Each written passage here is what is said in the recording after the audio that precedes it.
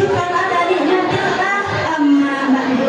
Baiklah, berdirinya saya di sini Nur Hayati dari Lubang Santri Santriawati yang didikannya atas Umiyati dan Teh Ahda Al-Ghifari yang insya Allah akan membawakan sebuah tausiah yang berjudul Hancurnya Bangsa Karena Kelalaian Pekerja. Bintang yang bersinar menyinari seluruh dunia, bumi yang dihiasi dengan gunung-gunung yang menjulang tinggi, dengan seiring berjalannya waktu sampai pada titik akhir zaman kali ini. Kita berjalan di atas dunia, melihat hancurnya bumi yang terkandung di dalamnya. Bahkan ada satu kerusakan dunia, yaitu adalah hancurnya bangsa karena kelalaian pekerja. Hadirin, kalau Nur bilang hadirin, hadirin jawabnya Nur, Nur, Nur, si Nur, Nur, Nur, Nur, si Nur, Nur, Nur, Nur, si Nur, Nur,